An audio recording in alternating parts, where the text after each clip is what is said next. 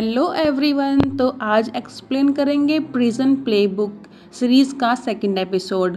तो आगे इसमें दिखाते हैं कि सिंडोल किम जी हुक के बारे में आर्टिकल लिखता रहता है। जैसे ली जिन हो उसका दोस्त है, वैसे ही सिंडोल भी उसका दोस्त होता है। वो भी जी हुक के लिए काफ़ी परेशान होता रहता है।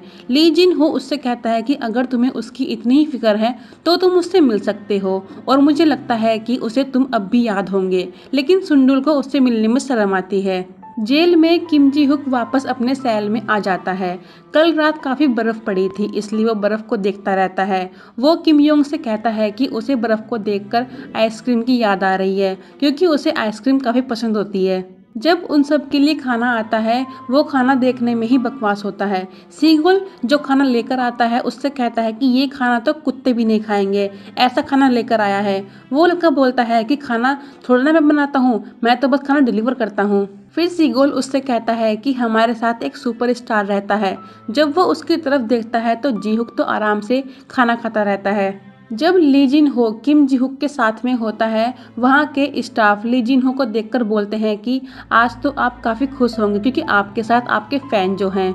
जी हुक ने अपील डाली है कि उसे यहाँ से बेल मिल जाए। ली जिन हो उससे कहता है कि हम यहाँ पे एक दोस्त की तरह नहीं रह सकते, इससे हम दोनों को ही परेशानी होगी, और यहाँ से निकलने के बाद यहाँ के किसी भी इंसान से कांटेक्ट मत रखना और ना ही किसी से बात करना। उस जेल में डेथ रो विक्टिम्स को भी रखा गया है। ली जिन हो कहता है कि अगर मैं तुम्हारे सामने कभी आ जाए तो उनसे नज़रें बिल्कुल मत मिलाना, उनके सामने अपनी नज़र झुका के रखना। उन्हें वहाँ पे अलग बोर्ड में रखा जाता है, और जो कल ग्रुप एक्टिविटी होने वाली है हो सकता है कि वे उसमें भी पार्टिसिपेट करेंगे। तभी एक डेथ रो विक्टिम आता है, इसलिए ली जिन हो जी हुक को दीवार की साइड मुड़ने के लिए कहता है ताकि वो उस आदमी को ना देख सके। जब जी हुक से मिलने उसकी एक्स गर्लफ्रेंड जी हो आती है, वो उससे कहता है कि मैंने एक डेथ रो कन्विक्ट को देखा है और वो दिखने में हमारे जैसा आम इंसान है। वो याद करता है कि जब वो नहाने के लिए गया था तब उसी डेथ रो कन्विक्ट ने अपना शैम्पू दिया था यूज़ करने के लिए। उसे लगता है कि ये बहुत अजीब जगह है जो किसी के लिए भी सही नहीं है। जिहो उससे कहती है कि ये जेल है तो अजीब तो होगी ही। जिहो उससे कहता है कि हमारा तो ब्रेकअप हो चुका है, फिर तुम मुझसे मिलने क्यों आई हो। जिहो कहती है क्योंकि तुम्हारी माँ मेरे पीछे पड़ी रहती है, इसलिए मुझे आना पड़ता है, और तुम यहाँ पे किसी पे भी यकीन मत करना और अपनी आंखें खुली रखना, और तुम ऐसे रहो जैसे तुम रहते हो, बिल्कुल नॉर्मल तरीके से। सेल में ब्राउनी उन सब के लिए उनका सामान लेकर आता है, जैसे cold drink, sunscreen, lotion, chips वगैरह। जो वे चीज़ मंगाते हैं वो सब सामान लेकर आता है। जिहुक उसकी पेमेंट करता है और वो उसे अपना ऑटोग्राफ भी देता है। सीगुल ब्राउनी से कहता है कि जो मैंने सामान मंगाया था वो कल तक आ जाना चाहिए, नहीं तो तुम्हारी खैर नहीं। किम योंग जी हुक को बताता है कि प्रोफेसर म्योंग एक बहुत बड़े जालसाज हैं। वो एक सफ़ेद कागज के टुकड़े को $50 में बदल सकते हैं, इसलिए उन्हें धोखाधड़ी के इल्जाम में जेल हुई है, लेकिन म्योंग उसे मैजिक मानते हैं। तभी उनके पास ऑफिसर चोई आते हैं। वो जी हुक को 100 पेपर देता है उसका ऑटोग्राफ लेने के लिए, क्योंकि उन्हें लगता है कि जब उसकी अगली सुनवाई होगी तब उसे बेल मिल जाएगी और वो यहाँ से चला जाएगा। इसके बाद सभी कैदी ग्राउंड में होते हैं। जी हुक किम योंग के साथ रनिंग करता है। वहाँ पे ऑफिसर चो एक टी मनी के बदले सी गोल को एक सिगरेट देता है। एक टी मनी $10 के बराबर होती है, और ऑफिसर चो यहाँ पे सबसे ऐसे ही रिश्वत लेते हैं, इसलिए किम योंग उसे बिल्कुल भी पसंद नहीं करता। ये सब ली जिन हो और उसका दूसरा साथी भी देखते रहते हैं कि ऑफिसर चो ने सी गोल से रिश्वत ली है, इसलिए वे वहाँ के कैमरा से उसे पकड़ना चाहते हैं ताकि उसके खिलाफ सबूत मिल जाए कि वो रिश्वत लेता है। जब वे दोनों फुटेज देखते हैं तो उसमें बस वहीं की फुटेज नहीं होती जहाँ पे सीगुल और ऑफिसर चो खड़े हुए थे, क्योंकि वहाँ का कैमरा खराब होता है। किम जी हुक के पास ब्राउनी आता है। वो उसके लिए टेनिस की बॉल लेकर आया था। वो उससे कहता है कि मेरे जाने से पहले इसे एक बार इस्तेमाल कर लेना। फिर सीगोल उसे अपने पास बुलाता है। वो उससे कहता है कि तू मुझे नाइफ कब ला के देगा। वो उसके ऊपर अपना रोब झाड़ता है और कहता है मैं तुझे आखिरी मौका दे रहा हूँ, मेरा नाइफ आ जाना चाहिए।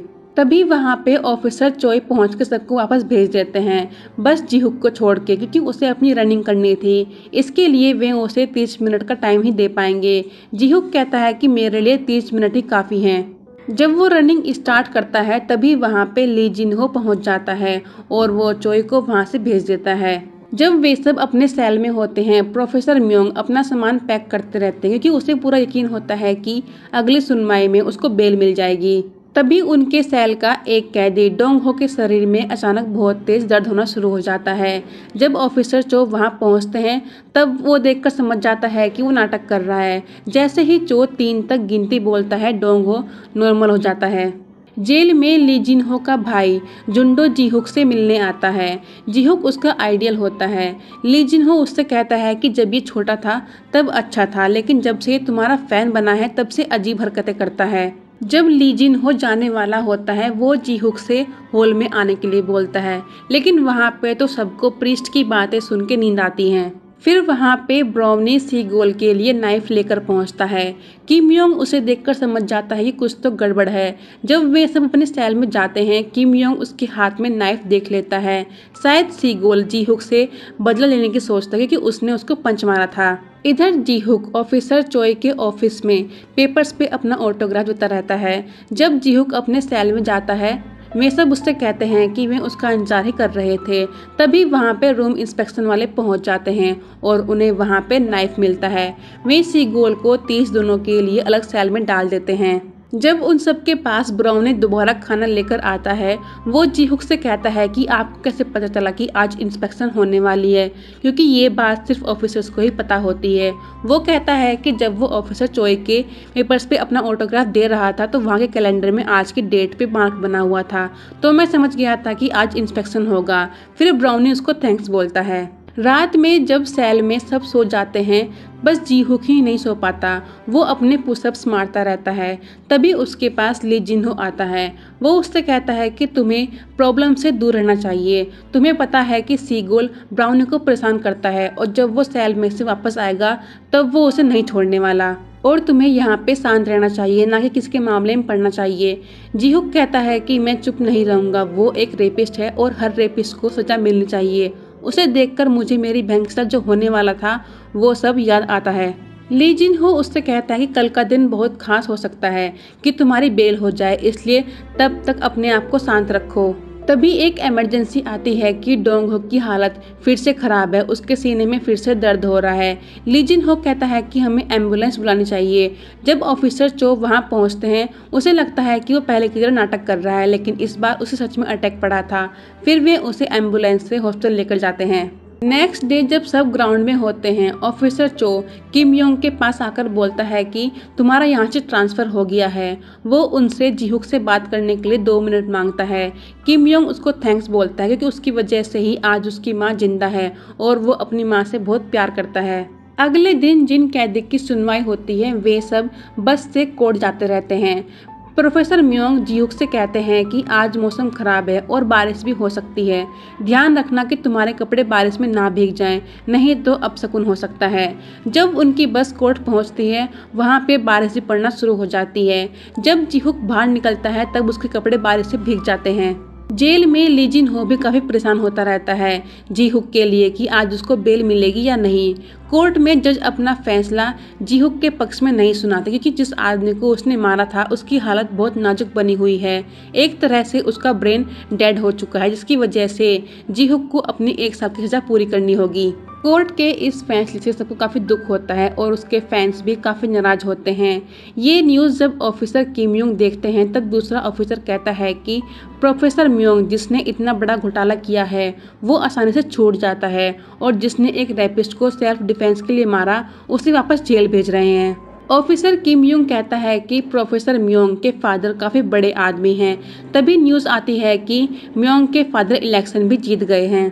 ली जिनहो अभी तक अपनी ड्यूटी पे नहीं आया था क्योंकि उसे कोर्ट के फैसले पे काफ़ी ज़्यादा गुस्सा आया था। वो बिल्कुल भी नहीं चाह रहा था कि उसका दोस्त जीहुक दोबारा जेल में आए।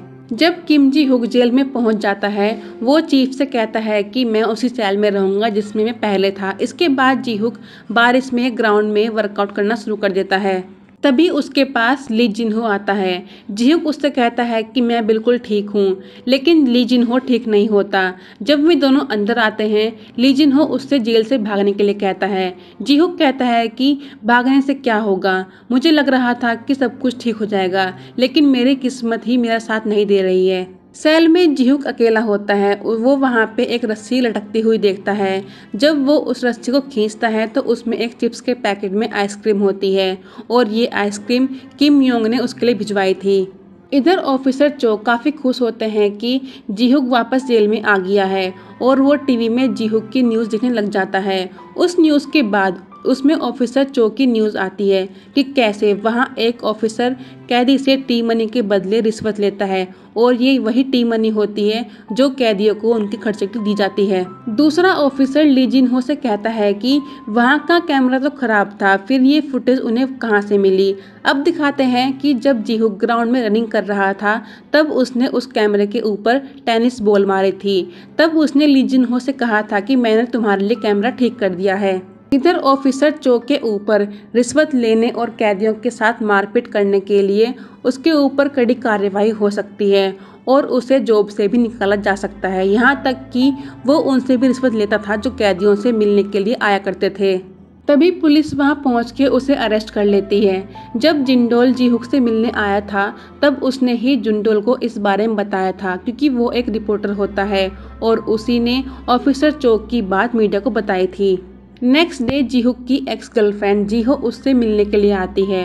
वो उससे कहता है कि मैं यहाँ पे ठीक हूँ और जल्दी ही मुझे यहाँ से ट्रांसफ़र कर दिया जाएगा, फिर तुम्हें और मोम को आने की ज़रूरत नहीं पड़ेगी क्योंकि मैं यहाँ से चला जाऊँगा और मैं बिल्कुल ठीक हूँ। जीहो काफ़ी दुखी होती है और इमोशनल भी होती है। वो उसके ऊपर काफ़ी गुस्सा करती है और कहती है कि तुम क्यों झूठ बोल रहे हो कि तुम यहाँ पे ठीक हो, तुम्हें पूरा 1 साल यहाँ बिताना है और वो काफ़ी लंबा समय होता है। वो बहुत ज़्यादा रोती रहती है। घर पे आने के बाद जीहो उसकी मॉम को बताती है कि जीहुक अब ठीक है और पहले से बेहतर भी है, इसलिए उससे मिलने डेली मत जाना। लेकिन उसकी माँ को भी उसकी काफ़ी फिक्र होती है। फिर जीहो उसकी बहन से मिलती है, वो भी काफ़ी दुखी होती है। जीहो उसको समझाती है कि जीहुक बिल्कुल ठीक है और तुम इतनी परेशान मत हो। इधर ली जिनहो का भाई भी जीहुक के लिए परेशान होता है। वो खाना भी नहीं खाता और ना ही अपनी जॉब पे जाता है। ली जिनहो उसको समझाता है कि जीहुक बिल्कुल ठीक है, उसे वहाँ पे कोई दिक्कत नहीं है, इसलिए अब तुम्हें अपने काम पे जाना चाहिए। जेल में जब ब्राउनी अपने सेल में अपने साथियों के साथ होता है, वो उन्हें बता देता है कि सीगुल को उसी ने पकड़वाया था और ये उसी का प्लान था। ये बात उनका एक साथी सीगुल को बता देता है। जीहुक के सेल में डोंगहो ठीक होने के बाद वापस आता है और वो जीहुक के कंधे के ऊपर हमला कर देता है, जैसे कि उसे उसके ऊपर काफ़ी गुस्सा आ रहा हो। और यहीं पे ये एपिसोड ख़त्म होता है। तो मिलते हैं इसके नेक्स्ट एपिसोड की वीडियो में। Thank you.